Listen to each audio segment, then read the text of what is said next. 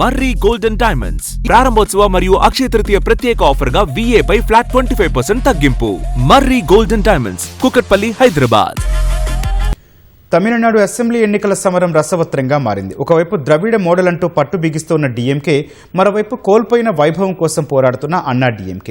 ఈ ఇద్దరి మధ్య దళపతి విజయ్ ఎంట్రీతో సమీకరణాలు ఒక్కసారిగా మారిపోయాయి. అసలు ఈ పోరులో నిలుస్తున్న అగ్రనేతలు ఎవరు? సీఎం స్టాలిన్ కంచుకోట ఏది? రాజకీయ అరంగేట్రంలో విజయ్ వేసిన మాస్టర్ ప్లాన్ ఏంటి?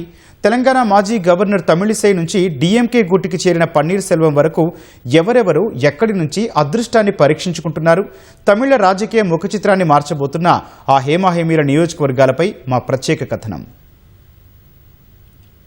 తమిళనాడులోకెల్లా అత్యంత శక్తివంతమైన నాయకుడు DMK అధినేత ప్రస్తుత సీఎం MK స్టాలిన్. ఈయన చెన్నైలోని కొలత్తూరు నియోజకవర్గం నుంచి పోటీ చేస్తున్నారు. 2011 నుంచి కొలత్తూరు స్టాలిన్ కు కంచుకోటగా ఉంది. చెన్నైలోని ద్రవిడ మోడల్ ఓటర్లు ఆయనకు స్థిర ఓటర్లుగా ఉన్నారు. కొలత్తూరులో 2011, 2016, 2021లో 3 సార్లు స్టాలిన్ గెలిచారు. అంతకుముందు 1000 లైట్స్ నుంచి 4 సార్లు గెలిచి మొత్తం 7 సార్లు అసెంబ్లీకి ఎన్నికయ్యారు. జయలలిత మరణం తర్వాత తమిళనాడులో అత్యంత ప్రభావశీలమైన రాజకీయ నేతగా స్టాలిన్ మారారు. టీవీకే అధ్యక్షుడు, కోట్ల మంది తమిళులు ముద్దుగా పిలుచుకునే దళపతి విజయ్ తొలిసారి ఎన్నికల్లో పోటీ చేస్తున్నారు. టీవీకేను 2024లో స్థాపించినప్పటికీ ఆయనకున్న క్రేజ్ కారణంగా దేశవ్యాప్తంగా ఆయన పేరు మార్మోగిపోతోంది. పెరంబూర్, తిరుచిరాపల్లి ఈస్ట్ అనే 2 నియోజకవర్గాల నుంచి విజయ్ పోటీ చేస్తున్నారు. DMKకు స్ట్రాంగ్ హోల్డ్ గా ఉన్న ఈ 2 స్థానాల్లో అర్బన్ ఓట్లు ఎక్కువగా ఉన్నాయి. ఇక్కడ నేరుగా DMKను సవాల్ చేసి రాష్ట్రంలో టీవీకేను ప్రత్యామ్నాయంగా నిలబెట్టే లక్ష్యంతో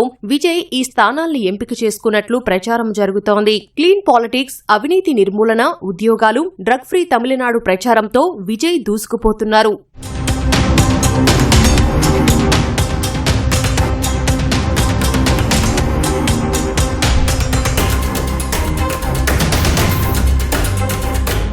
సీఎం స్టాలిన్ కుమారుడు, నటుడు, ప్రస్తుత ఉప ముఖ్యమంత్రి ఉదయనిధి స్టాలిన్ తమిళనాడులో మరో స్టార్ ఐకాన్. చెన్నైలోని చెపాక్, తిరువల్లికేని నియోజకవర్గం నుంచి ఉదయనిధి స్టాలిన్ బరిలో ఉన్నారు. 2021లో తొలిసారి ఆయన ఇక్కడ పోటీ చేసి గెలిచారు. DMKకు చెపాక్, తిరువల్లికేని బలమైన నియోజకవర్గం. ఇక్కడే ఉదయనిధి తాత కరుణానిధి 3 సార్లు అసెంబ్లీకి ఎన్నికయ్యారు. కుటుంబ వారసత్వాన్ని కొనసాగించడానికి ఇక్కడ యూత్ ఓటర్లను ఆకర్షిస్తూ ఆయన ముందుకెళ్తున్నారు. అన్నా DMK అధినేత, రాష్ట్ర విపక్ష నాయకుడు కె పళనిస్వామి ఎడప్పాడి నియోజకవర్గం నుంచి పోటీ చేస్తున్నారు. 1989 నుంచి ఇప్పటి వరకు పళనిస్వామి ఇక్కడ 5 సార్లు గెలిచారు. ప్రతిసారి భారీ మెజారిటీతోనే జయకేతనం ఎగరవేశారు. పళనిస్వామి స్వగ్రామం ఎడప్పాడి. సొంత నియోజకవర్గం కావడంతో ఆయనకు ఇక్కడ లోకల్ సపోర్ట్ బలంగా ఉంది.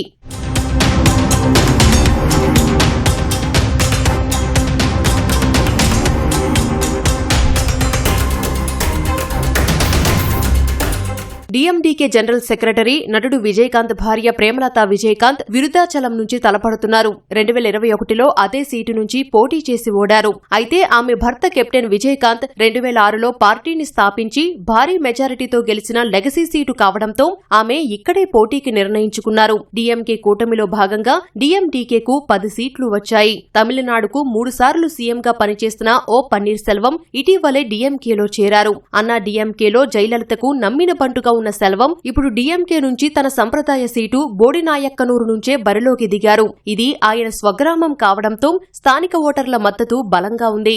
ముఖ్యంగా తేవర్ కమ్యూనిటీ సెల్వంకు ప్రధాన మద్దతుదారులు. బీజేపీ సీనియర్ లీడర్, తెలంగాణ మాజీ గవర్నర్ తమిళిసై సౌందరరాజన్ ఈసారి తమిళనాడు ఎన్నికల్లో అదృష్టాన్ని పరీక్షించుకుంటున్నారు. బీజేపీ అన్నా DMK కూటమిలో భాగంగా మైలాపూర్ నియోజకవర్గం నుంచి బరిలో దిగారు. గతంలో ఆమె వివిధ నియోజకవర్గాల నుంచి 3 సార్లు అసెంబ్లీకి, 3 సార్లు లోక్సభకు పోటీ చేసినప్పటికీ చేసిన ప్రతిసారి ఓటమినే చవిచూశారు. తమిళనాడు రాజకీయాల్లో బీజేపీకి చెందిన కె అన్నామలైకు చాలా క్రేజ్ ఉంది. ఐపీఎస్ గా రాజీనామా చేసి మరీ రాజకీయాల్లోకి వచ్చిన కె అన్నామలై ఈసారి ఎక్కడి నుంచి పోటీ చేయడం లేదు.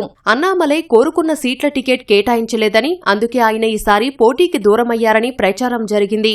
అయితే తాను బీజేపీ అన్నా DMK కూటమి తరపున ప్రచార బాధ్యతలను నిర్వహిస్తానని, బీజేపీ అభ్యర్థుల విజయం కోసం కృషి చేస్తానని అన్నామలై ప్రకటన చేశారు.